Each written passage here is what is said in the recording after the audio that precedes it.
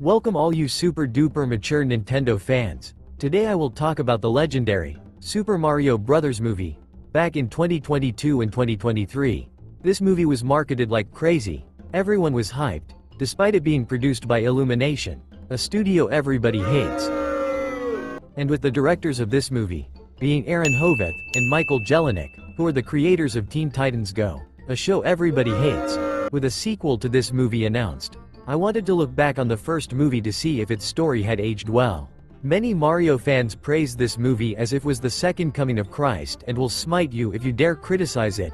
Call me the Antichrist, because I'm about to raise some hell towards this movie. Alright, raise some hell! Without further ado, let's jump right on into the story of the Super Mario Bros. Movie.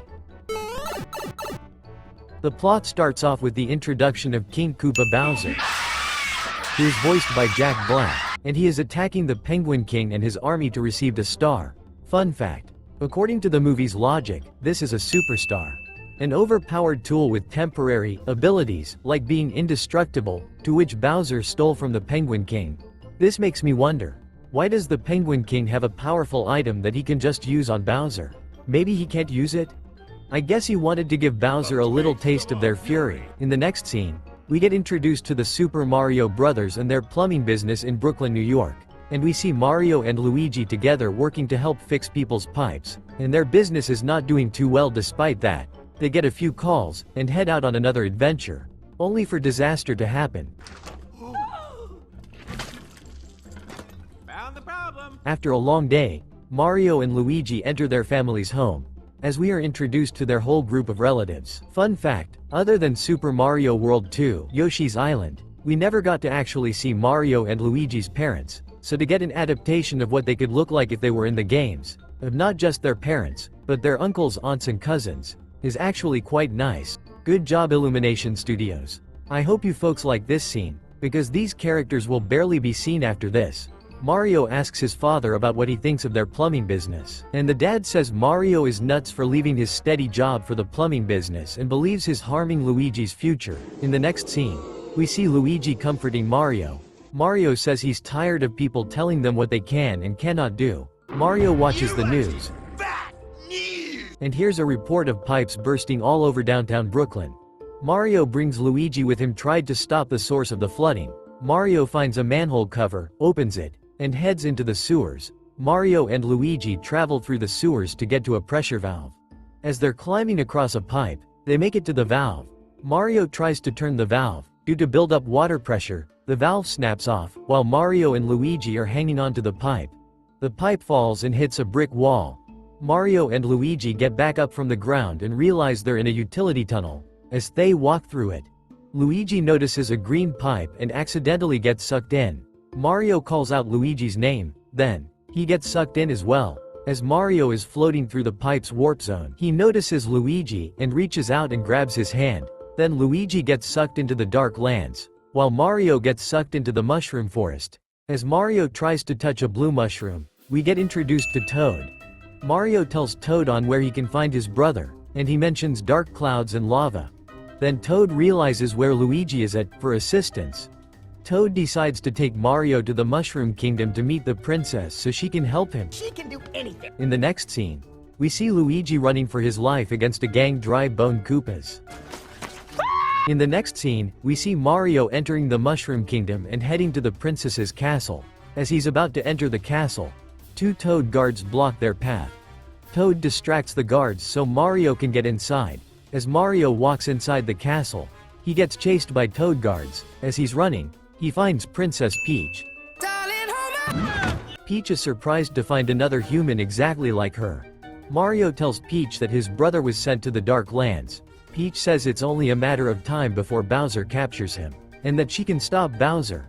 Mario wants her to take him with her, but before she can, she has to see what he's made of. Peach takes Mario to an obstacle course, and now, reference frenzy. I clapped when I saw it. I clapped when I saw it. I clapped. Meanwhile, we see Bowser having a party and celebrating on getting the superstar, and announces he will force Peach into marrying him. Well, what if she says no? Later, Peach says to a crowd of Toads that with the help of the Kong army, They will defeat Bowser. Mario and Peach jumps down a green pipe and make their way towards the Jungle Kingdom. As they leave the Mushroom Kingdom, Toad appears and wants to join in on Mario and Peach's adventure. Hey, Mario! You know this guy? We're best friends. I find it funny how this implies Peach and Toad don't know each other. So basically, this is Mario's, Luigi's, and Toad's origin story. Well then, I wonder what important role he'll have later in the movie. Peach lets Toad join them and they continue on their adventure. As they travel through the lands, we cut to Bowser singing a song about Peach. Then Comet, Bowser's advisor, interrupts him. He informs him on a mustache human being trained by Peach, and Bowser wants to know what they are planning. In the next scene, we see Toad, Peach, and Mario, surrounded in a field of fire flowers. Wow, look at all of that. Ammunition. I wonder what they'll do with it. Mario sees Peach gently touch a fire flower, causing her dress to magically transform. And she shoots a fireball out of the palm of her hand, and what is his reaction? You don't seem like you're from here. Hey everyone, let's put the main focus on Peach again. And now, story time. Peach mentions that she doesn't know where she's from, and her earliest memory was entering the Mushroom World. The Toads found her, and raised her ever since she was a baby. Wow, that's interesting. This is interesting. I sure do hope we get more of her backstory revealed later in the movie. In the next scene, we see Luigi tied up and captured by Shy Guys as he's brought to Bowser. Bowser tells Luigi about a human that looks exactly like him, and questions if he knows him. After torturing Luigi, Luigi confesses, and Bowser locks Luigi in a cage. We then see Mario, Peach, and Toad, finally arriving at the Jungle Kingdom. Wait, Peach's dress is back to normal. She lost her fire ability. She must have gotten hit. When you get hit, you lose the power. As they enter the Jungle Kingdom, they meet Cranky Kong. Peach tells Cranky that with the help of his army, they can defeat Bowser. But Cranky refuses. Mario steps in and says they're not leaving without the army. Cranky laughs and says that if Mario beats his son in a battle, he will lend them his army, and his son is the one and only Donkey Kong. Fun fact. According to Donkey Kong lore, to keep a long story short, Cranky Kong is the grandfather of Donkey Kong. But in this movie, he is simply Donkey Kong's father, and to be honest, this simple change is great. Cranky Kong says he placed power-ups around the arena to make the fight more interesting. Wait, how though? This isn't an arena. This is a Super Smash Bros. Stage. Mario and Donkey Kong fight. And Mario is not being so super. Mario hits a question mark box, which pops out a mini mushroom. And Mario eats it not realizing it's a mini mushroom. Then he hits another question mark box which pops out a fire flower, and instead of immediately grabbing it, he hesitates? And Donkey Kong blows the fire flower away. Donkey Kong does an uppercut on Mario, and Mario falls on some blocks. Then he hits yet another question mark box, and gets the Super Bell power-up which gives him a cat suit. And Mario somehow gains perfect mastery over his cat abilities, despite this being his first time using them. He beats up Donkey Kong and wins. This game's winner is After the fight, Cranky Kong says that Bowser's airship will attack the Mushroom Kingdom by sundown, and that he knows a shortcut to get to the airship to ambush him. To travel there, they use carts, and now, reference frenzy. Remember this. I clap! Remember that. Clap! In the next scene, we see the Koopa General, informing Bowser that Mario and the others are planning to ambush him. We cut back driving in between a mountain waterfall. Then the others drive off of a ramp, and wow, they used a rainbow road as a shortcut. And the road is able to withstand the weight of all those large vehicles. Bowser sees them driving on the road, and ambushes them. The Koopa General shows up, and tries to defeat Mario. Meanwhile, a Koopa shoots a bullet bill at Peach. She dodges it, and the bullet hits a floating landmass, causing rocks to fall and hit the rainbow, and causing the road to break. And Toad falls off the road. Then Peach saves Toad. That is how you princess! What? Meanwhile, the Koopa General tries to impale Mario with spikes. Mario avoids it. Then he jumps on the General's head, and onto Donkey Kong's cart, where Donkey Kong shoots a rocket barrel which explodes the Koopa General's vehicle, and the General survives that. Then the General says, What? Is he saying his name? Why does he have to say that in order to fly? He flies and explodes onto Mario and Donkey Kong, I clap! causing the rainbow to break, and they fall into the ocean. And somehow the explosion doesn't hit Peach or Toad, as Mario and Donkey Kong are swimming. They get swallowed by eel-like creature. Peach and Toad return to the Mushroom Kingdom and Peach warns the Toads and tells them to leave the city. Peach decides to confront Bowser with Toad by her side. Wait, where are the Toad guards? They're just going to let their leader go out like this? No armor? No power-ups? Incompetence, all of you. Bowser tells Peach that he stole the superstar for the two of them, and asks her to marry him. Peach refuses. Then Comic tortures Toad. Then Peach tells Bowser she'll marry him. In the next scene, we see Luigi, Cranky Kong, and the others locked in cages as Comic announces they are heading to a wedding, where they're going to be ritualistically sacrificed. We cut back to Mario and Donkey Kong inside the eel, and they argue about their dads seeing them as jokes, to which I'm just going to skip. Then they notice the last rocket barrel from Donkey Kong's cart, and use it to blast off and escape from the eel. Now, some may argue that the past 50 minutes of this movie were good or boring, but everything up to this point is just plain silly. The scene cuts to Bowser's army at his wedding, and hey, would you look at that? King Bob Bomb and King Boo are here. I clap! It would have been interesting to have these kings interact with each other. As Peach prepares for the wedding, Toad shows up, with a bouquet of flowers, and gives it to Peach. Peach walks up to the altar. Peach notices Luigi and the others locked in the cages, and she tells Bowser she would never marry a monster. Wait a minute. Where did the ice flower came from? If we are using video game logic, then this would imply they went to a snow biome to get it. Okay. I can believe that, even though nothing like that was ever shown. But if Toad had the ice flower all this time, why didn't he use it when Bowser's army approached the Mushroom Kingdom? Toads can use the power-ups according to the games, and it's not like any of this was planned. Here's a better question. Since Toad was seen earlier grabbed by Koopa guards, why didn't they confiscate his items? This whole sequence of events wouldn't have happened if he didn't bring the ice flower to Peach. But anywho, Peach throws an ice ball at the gear that was lowering the prisoners to stop it. We cut back to Mario and Donkey Kong riding the rocket barrel, and they figure out where Peach and Bowser is. But then, their barrel gets shot down, and they get knocked to the ground. They see Bowser's Koopas holding question mark boxes, and Mario and Donkey Kong take advantage of the opportunity. And now, reference frenzy. I clap! I clap! I clap! This is honestly a pretty good scene, and I like the idea of Donkey Kong with Fire Flower abilities. Nintendo put Fire Donkey Kong into the 2D Mario games please. We returned to Peach fighting some of Bowser's army. She lights one of the spears on fire, and throws it directly on King Bob Bomb's head, and despite knowing he's igniting, she ends up standing close to him, and he explodes, and she gets hit. What exactly was she planning here?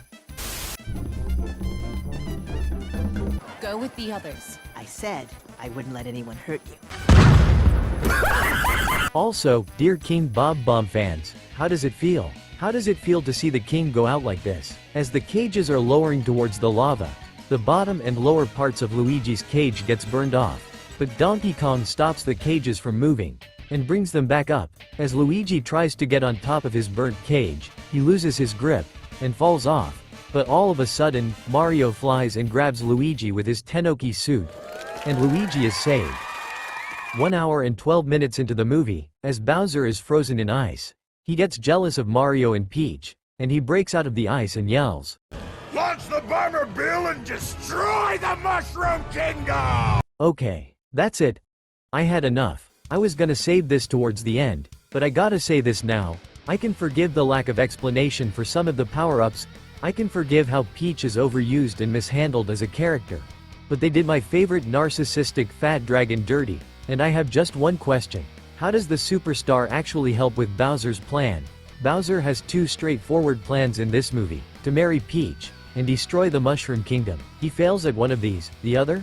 Already failed before it even started. Bowser's entire plan to get the superstar to destroy the Mushroom Kingdom doesn't work because he literally doesn't need it. The movie doesn't explain what the superstar actually does, or how strong he'll become if he uses it. Why doesn't he use the bomber bill at the Mushroom Kingdom when he first approached it? Some may say, well, because he doesn't want Peach to get hurt. Okay. I can believe that, but again, why is the superstar involved? You can remove it from the whole plot and it changes nothing.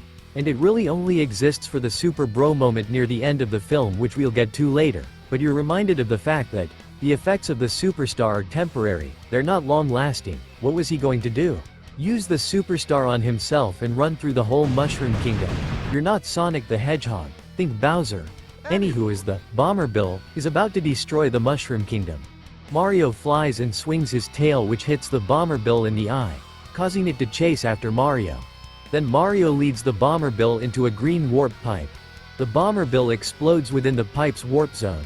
The warp pipe itself creates an explosion, increasing its suction radius, and sucking everyone in. What the flim-flam? What exactly was he planning here? For all he know, the pipe could have led to Brooklyn, New York. Oh wait, it does. Bowser's castle emerges from the pipe, as well as Mushroom Kingdom debris falling towards the ground. Wait, where did all the water go? There were reports of pipes bursting and flooding Brooklyn earlier in the movie, and Mario and Luigi possibly made it worse by accidentally breaking the valve. They never fixed it. Did all the water dried up? The superstar lands on the ground, and Bowser shows up. Bowser begins to beat up Mario, and knocks him into a punch-out pizzeria. I clap! As Bowser is taunting Mario, Peach and Donkey Kong starts fighting Bowser. Mario walks out of the pizzeria, and decides to fight Bowser himself. Peach kicks a green shell towards Bowser, knocking the superstar away from him, and it falls to the ground. Mario chases after the star. Then Bowser shoots fire at Mario. But then, Luigi shows up, and blocks the fire with a manhole cover. Luigi grabs Mario's hand, and they both jump towards the star. And they both become indestructible. They fight and beat up Bowser's minions, and Mario and Luigi's parents sees this, and they look like they saw them won the Olympics. Mario and Luigi do a Dragon Ball Z on Bowser, and defeats him. Peach puts a mini mushroom in Bowser's mouth, and he gets placed in a cage. The people of the city appear out of nowhere, and celebrate Mario and Luigi. And nobody questions anything. In the next scene, Mario and Luigi wake up from their beds as they prepare for the next day. They open their door and we see them back in the Mushroom Kingdom, where they now live. They jump inside a green pipe and the plot ends. Now that's out of the way, let's look at some extra stuff. On the DVD version of the movie, you will find the following features: deleted scenes. In the scene where Mario, Peach, and Toad were traveling, Mario gets his face sucked by a cheap sheep, and Peach tries to get it off of him. In the Fire Flower Field scene, Mario says Peach could visit Brooklyn. This was likely removed since he said this to her in the Rainbow Road scene. In the scene where Mario and Luigi crash into the utility tunnel, there was cut dialogue. Let's go home. Hey, maybe there's still some dessert left over. If we're lucky, Uncle Tony didn't hammer all the cannolis. Come on.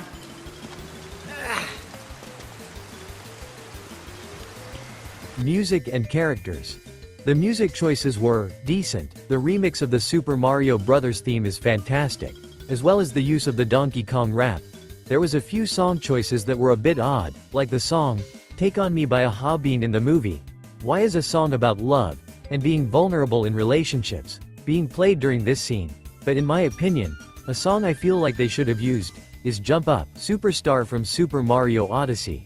That song was all over the marketing during Odyssey's release. It's practically the main theme of the game, and it's basically Pauline's theme song, and since she's in the movie, I think they missed an opportunity to use the song. At the very least, they could have used it in the ending credits. Speaking of the characters, Mario's character is handled decently well. I do appreciate the more grounded approach towards his character, and his relationship towards Luigi felt natural and it was great to see. Speaking of Luigi, Charlie Day in my opinion does a good Luigi. Luigi himself is known for being a coward, but to be honest, his reactions are all realistic and justified. Nothing else to say. I just wish he was more involved in the adventure, more involved in the plot. In a Mario Brothers movie, Donkey Kong is the stereotypical tough guy, which makes sense, but with how his character was written, it was decent, nothing too groundbreaking or surprising. Cranky Kong, however, was actually handled pretty well. Him being a ruler of his own kingdom was surprisingly fitting. And then, there's Toad. Some may say that everyone got their moment to shine in the spotlight. I can easily say that Toad is not one of those characters. Toad feels like a character that lacks a clear direction, and by direction, I mean, despite being a tritagonist, he feels like a side character more than anything, and maybe that's not even accurate. Toad's biggest impact in the plot is giving Peach the ice flower for the wedding scene. That's it, which is a little bit disappointing. He feels like a token support character, and I can't blame the writers for how he is written, since the games do take precedent. Toad being a species, and also a character is confusing, and in the movie, it's still confusing. Toad is a literal nobody in the eyes of the princess, and since the games confirmed that Toads can use power-ups, imagine a scenario where Toad used a power-up to protect Peach during the wedding fight scene, or during the final battle with Bowser. Imagine, a literal nobody, an underdog, pulls out a fire flower or something, and he uses it to protect Peach and attack Bowser, and distract him from getting the superstar. Owning up to his word, that would actually be something new that we haven't seen before in the games, but he just stands there and does nothing. How unfortunate. Then of course, there's the controversy surrounding Peach.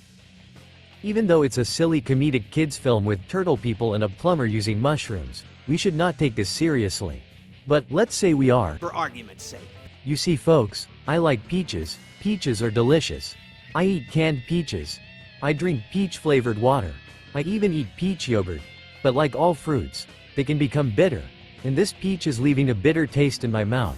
During this movie's release, there was lots of discussion surrounding Peach, and how she turned into a girl boss stereotype. To be fair, there has been a pattern with how female characters have been used to no longer resemble who they once were. For Peach, she comes off as a little smug and warrior-like, and you know what? That's fine. Let me be clear. Nothing wrong with taking existing characters and changing them from how they were originally portrayed, or princesses fighting. It's just Peach was the wrong character to explore these characteristics with, or, to be more accurate, how she's handled in the movie, with these characteristics in mind, feels off, because whatever your belief is on this version of Peach, there's one undeniable fact about her, and that is, she's just basically Daisy. Daisy has been considered energetic, a little smug, and not afraid to fight. When I see this Peach, all I see is Daisy. Fun fact, directors Aaron Hoveth and Michael Jelinek decided to interchange Peach and Luigi's roles, with Peach helping Mario saving Luigi, because they felt having them in their original roles was too straightforward. If Peach was rewritten, I feel she would want to casually defend herself as the story progresses, but not actively wanting and enjoying to fight, but instead, wanting to fight out of desperation. In conclusion, despite its flaws, and some missed opportunities with how characters were used, I can't really call it a bad movie. There was some great ideas, and stuff I found funny. Bad plot, maybe? But the movie does a simple enough job on getting the audience hook on Mario's motivation of saving Luigi and defeating Bowser. But at the same time, it's too simple, with some aspects within the plot not being explained. The Super Mario Bros. Movie, it's super fun, but also super basic. Will the sequel be better? Probably. Thanks for watching. Yes, we give the audience what it wants. Smash that like button and subscribe.